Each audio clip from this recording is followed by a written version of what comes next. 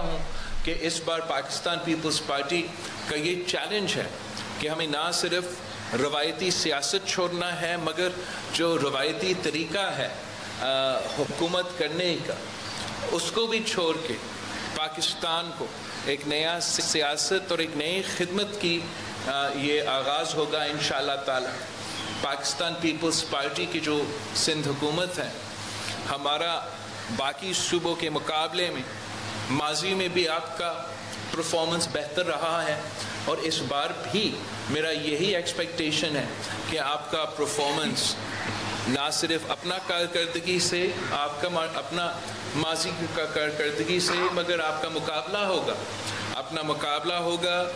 صوبہ بلوچستان سے، آپ کا مقابلہ ہوگا صوبہ پنجاب سے، آپ کا مقابلہ ہوگا صوبہ پختونخوا سے، آپ کا مقابلہ وفاقی حکومت سے بھی ہوگا، اور میں امید کرتا ہوں کہ اس مقابلے میں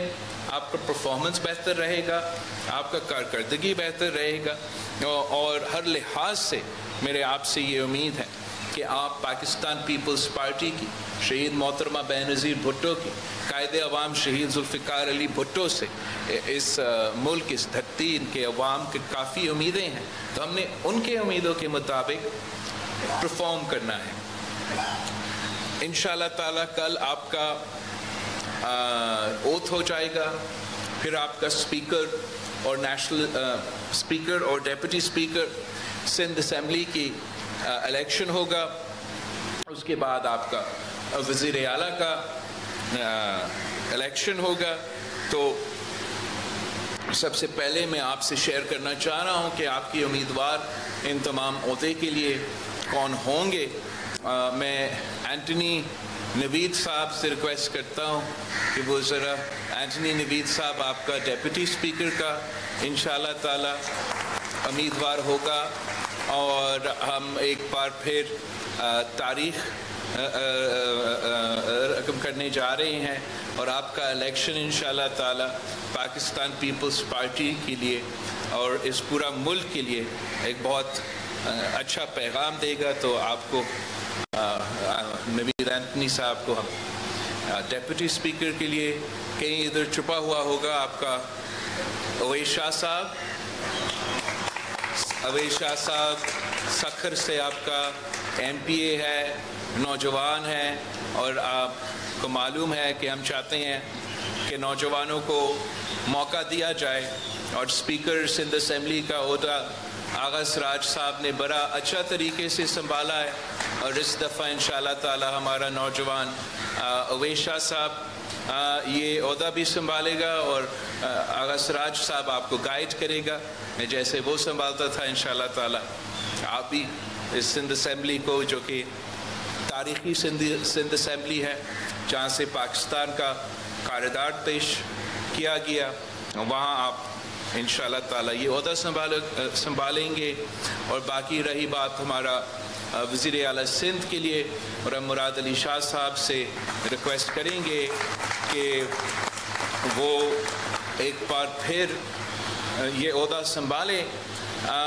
مگر اس بار انشاءاللہ تعالی ہمیں اپنا ہی جو ریکارڈ ہے اور اپنا ہی پرفارمنس ہے اس کو بیٹ کرنا ہے۔ ہمارے صوبے میں جو سیلاب کے اثرات ہیں، جو سیلاب کا نقصان ہوا ہے، اس کا میرے خیال میں باقی پاکستان تو بھول چکے ہوں گے، لیکن ہم نہیں بھولے، اور ان کا میرا آپ سب کا جو نمبر 1 پرائیورٹی ہوگا وہ ہمارے سیلاب متاثرین سے جو ہم نے وعدے کیے وہ وعدے ہم نے پورے کرنا ہے۔ ہم نے شاہ صاحب آپ آئے ہمیں جوائن کرے ادھر پلیز، ان سے جو وعدے ہم نے کیے کہ ہم ان کے نہ صرف گھر بنائیں گے مگر ساتھ ساتھ ان کے خواتین کو مالکانہ حقوق دلوائیں گے۔ یہ منصوبہ الیکشن سے پہلے شروع ہوا تھا، سست روی کا شکار ہوا انٹرم گورنمنٹ کے دوران، تو میں شاہ صاحب سے اور آپ سب سے یہ امید کرتا ہوں کہ وہ ہم اپنا جو منصوبہ ہے اس سے تیزی کے ساتھ مکمل کیا جائے۔ آپ کے جو سندھ کے 50% تعلیمی ادارے ہیں ان کو نقصان ہوا، پچھلے سیلاب میں آپ سب کو یہ بات معلوم ہوگا، اس لیے الیکشنز میں وہ پولنگ سٹیشنز بن گئے تھے، تو آپ سب کو موقع ملا کہ ان کا حالات دیکھنے کا، ان کا صورتحال دیکھنے کا، اور کافی نقصان ہوا۔ ہم نے پچھلی بار صوبائی حکومت کی طرف سے اور وفاقی حکومت کی طرف سے ان گھروں کا فنڈنگ بھی، باقی سیلاب متاثرین کے انفراسٹرکچر کا فنڈنگ بھی، اور ہمارا جو یہ 50% تعلیمی ادارے کو نقصان ہوا ہے ان کو ایک بار پھر بنانے کا ہم نے منصوبہ تو ڈال دیا تھا۔ اب ہمارا کوشش ہوگا کہ ان کو ہم ایسے ایک بار پھر تعمیر کریں کہ وہ ایسے ادارے ہو جو نہ صرف کلائمیٹ ریزیلینٹ ہو اور سیلاب کا نقصان کو برداشت کر سکے اور ہمیں ہر بار یہ کام نہ کرنا پڑے، مگر ساتھ ساتھ ہمارے نوجوانوں کے لیے وہ تعلیم کا سہولت دے جو ان کا حق ہے۔ اسی طریقے سے ہمارے کافی منصوبے ہیں سیلاب متاثرین کے حوالے سے، اور یہی آپ کا پرائیورٹی ہوگا۔ میں آپ سب سے بھی ریکویسٹ کروں گا کہ آپ اگر سمجھتے ہیں کہ ان دونوں منصوبے کے علاوہ دوسرے منصوبے آپ کے اپنے علاقے کے لیے، اپنے جو نقصان ہوا ہے اس کو درست کرنے کے لیے، اس پہ بھی آپ ضرور کام کریں۔ ہم نے جہاں تک وفاقی حکومت ہے ان سے پاکستان پیپلز پارٹی نے، آپ کو معلوم ہے ہم نے نہ کوئی وزارت مانگا ہے نہ اس کا ہم حصہ بنیں گے، مگر میں نے ایک چیز ان سے مانگا ہے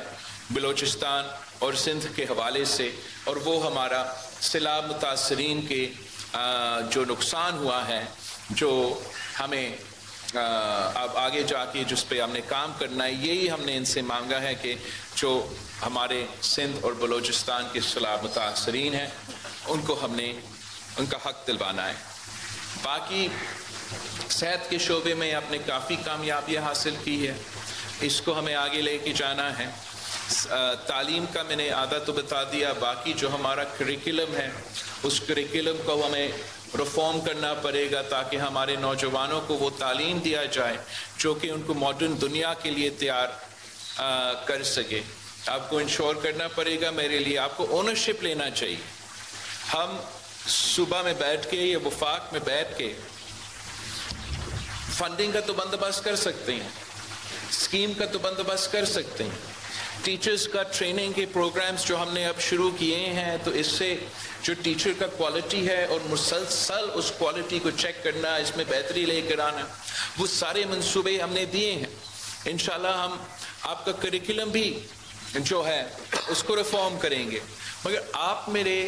ان علاقے کے نمائندے ہیں جہاں یہ سکولز موجود ہیں، جہاں بچے جا رہے ہیں، جہاں ٹیچرز جا رہے ہیں، تو آپ نے ان کا اب تھوڑا سا رسپانسبلٹی یہ رکھنا چاہیے کہ آپ یہ ذمہ داری لیں کہ وہ سکولز کا جو پرفارمنس ہے وہ آپ چیک کریں، انشور کریں کہ ہمارا ٹیچر اس سٹینڈرڈ کا ہو، بچوں کو وہ سہولت دیے جا رہے ہیں، تاکہ جو گیپس ہیں وہ گیپس ہم پورا کر سکیں۔